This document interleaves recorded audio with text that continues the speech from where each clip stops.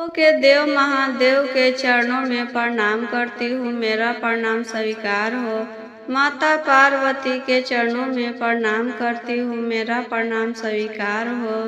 सभी देवी देवताओं के चरणों में प्रणाम करती हूँ, मेरा प्रणाम स्वीकार हो। सभी गुरु भाई बहनों के चरणों में प्रणाम करती हूँ। हर हर महादेव गुरु भाई बहनों। आज हम एक किसान की कहानी सुना रही हूँ। एक नागिन कैसे अपना बदला पूरा करती है किसान से। देखिए गुरु भाई बहना, जब भी कथा सुन रहे हैं तो पूरा सुनिए, आधा अधूरा नहीं सुनिए। आधा अधूरा सुनने से शिव गुरु का अपमान होता है और पूरा सुनने से ज्ञान होता है। आधा अधूरा ज्ञान किसी भी काम का नहीं होता है, इसलिए जब भी सुनिए पूरा सुनिए। कहानी में एक रहस्य छिपा रहता है, पूरा सुनिएगा तभी तो पता चलेगा कि कहानी में क्या रहस्य है। एक गांव में एक किसान रहता था। वह बहुत ही ईमानदार और नेक दिल का था। किसान के एक पत्नी थी और एक छोटा सा बेटा था।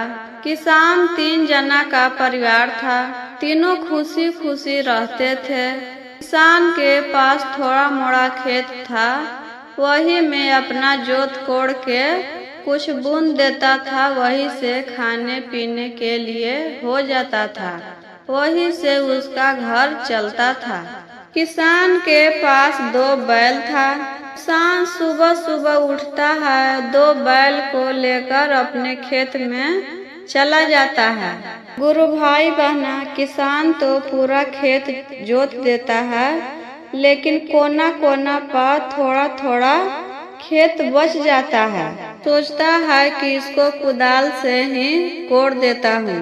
3 कोना तो कोड़ देता है कुदाल से। चौथा कोना कोड़ने लगता है तो वहाँ पर एक बिल रहता है, उसमें नाग रहता था। किसान के कुदाल से नाग कट जाता है और मर जाता है। किसान देखता है तो बहुत सोचने लगता है कि आज मुझसे बहुत ही बड़ा पाप हो गया। बिना कुछ गलती के एक नाग का हत्या हो गया। वह बैठकर सोचने लगता है। वहाँ पर थोड़ा सा मिट्टी हटाता है तो देखता है कि नाग का एक बच्चा है। वह और ज्यादा सोच में पड़ जाता है। इसका तो पालने पोसने वाला कोई नहीं है, कौन इसका ख्याल रखेगा, कौन देख रेख करेगा। वह नाग के बच्चा को अपने साथ घर लेकर आता है। उसकी पत्नी कहती है, यह क्या लिए हैं जी, नाग का बच्चा कहाँ से लेकर आ रहे हैं। किसान कहता है, अरे भाग्यवान, आज मुझसे बहुत ही बड़ा पाप हो गया। एक नाग को मेरे हाथ से हत्या हो गया है और यह उसी का बच्चा है।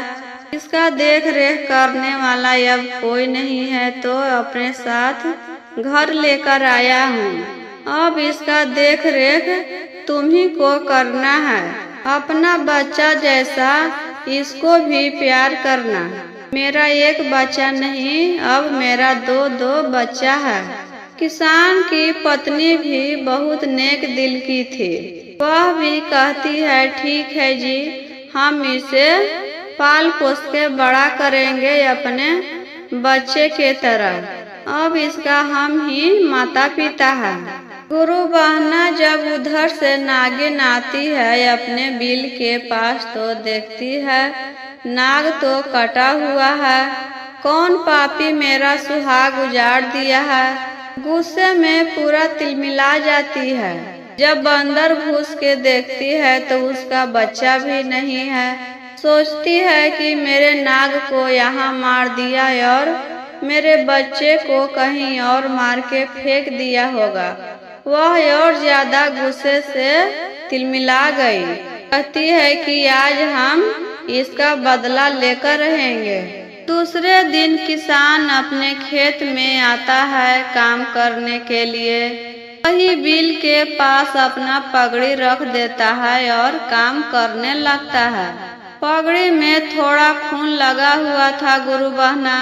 नागिन सोचती है कि यह पगड़ी में खून लगा है और यह खेत इसी का है, तो इसी ने मेरा सुहाग उजाड़ा होगा और मेरे बच्चे को भी मार दिया।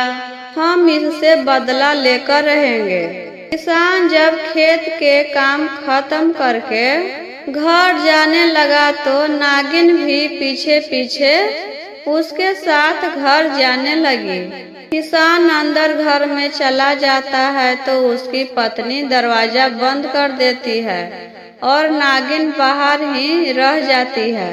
घर में घुसने के लिए नागिन इधर उधर से रास्ता ढूंढने लगती है। फिर किसान की पत्नी कुछ काम से दरवाजा खोलती है बाहर जाने के लिए, तो नागिन मौका देख के घर में घुस जाती है। नागिन देखती है कि किसान का एक छोटा लड़का है। वह सोच लेती है कि यह मेरा बच्चा को मार दिया है तो हम भी इसके बच्चे को मार देंगे। किसान और किसान की पत्नी घर पर नहीं थी, कुछ काम से बाहर गई थी और बच्चा घर में सो रहा था। तो नागिन अच्छा मौका देख के बच्चा को डस लेती है और वहां से जाने लगती है। तभी किसान और किसान की पत्नी वहां आ जाते हैं। नागिन को बाहर जाते देख लेते हैं। दोनों दौड़कर अपने बच्चे के पास पहुंचते हैं। नागिन को पीछा नहीं करते हैं कि अपने पहले बच्चे को देखे कि नागिन के पीछा करे। बच्चा को देखते हैं तो बच्चा तो मर गया था। किसान की पत्नी बहुत रोने लगती है। किसान कहता है, अरे भाग्यवान, मेरा नसीब में यही लिखा था तो यही सही। एक बच्चा तो भगवान ले लिए, लेकिन एक मेरा बच्चा अभी भी है। यह मर गया तो क्या होगा?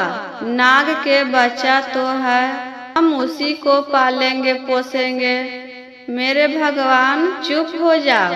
किसान की पत्नी चुप हो जाती है और उस दिन से नाग के बच्चा को पाल पोस के बड़ा करने लगती है। कुछ दिन के बाद फिर नागिन आती है अपना बदला लेने। उस दिन तो उसका बच्चा को डस लिए थे, आज किसान को डसेंगे। नागिन घर में आकर छिप जाती है कि जब मौका मिलेगा तो किसान को डस लेंगे।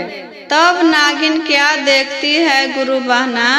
किसान की पत्नी नागिन के बच्चा को दूध पिला रही थी गोदी में लेकर। नागिन सोचती है, यह तो मेरे बच्चा का पूरा अच्छी तरह ख्याल रख रही है, दूध पिला रही है और हम इसका बच्चा को जान मार दिए। वह बहुत पछताने लगी और वहां से चली जाती है। एक शिव मंदिर में जाकर मूड़ी पटक पटक कर शिव जी से गुहार करने लगी। शंकर भगवान, आज हमसे बहुत ही बड़ा पाप हो गया, जाने अनजाने में हम किसान के बच्चा को मार डाले और वह मेरा बच्चा को दूध पिला रही है, सेवा कर रही है। हमें एक मौका दीजिए शंकर भगवान, किसान के बच्चा को लौटा दीजिए, उसे जिंदा कर दीजिए। जब तक शंकर भगवान प्रकट नहीं होते हैं, मूड़ी पटकते रहती है शंकर भगवान पर। शंकर भगवान कहते हैं, यह तो मेरा हाथ में नहीं है, मरा हुआ आदमी को हम कैसे जिंदा कर सकते हैं, वह तो मर गया। नागिन कहती है, कोई रास्ता निकालिए प्रभु, कोई ना कोई तो उपाय होगा कि उसे एक बच्चा मिल जाए। शंकर भगवान अपने भक्त का विश्वास कैसे तोड़ते?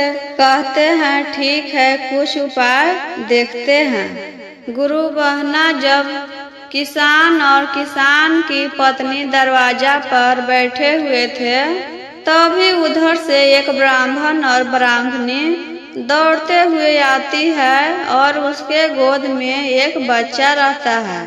वह अपने बच्चे को किसान के पत्नी के गोद में रख देती है और कहती है, मेरे पीछे बहुत सारे बदमाश लगे हुए हैं, मेरे बच्चे को अच्छी तरह से ख्याल रखना। आज से आप दोनों ही इसका माता पिता रहेंगे। इतना कहकर ब्राह्मण और ब्राह्मणी वहां से चली जाती है। उस दिन से किसान को एक बच्चा मिल जाता है, उसे पालने लगते हैं। किसान जब खेत पर काम करने गया तो देखता है कि वही ब्राह्मण और ब्राह्मणी खेत में मारकर बिगे हुए हैं।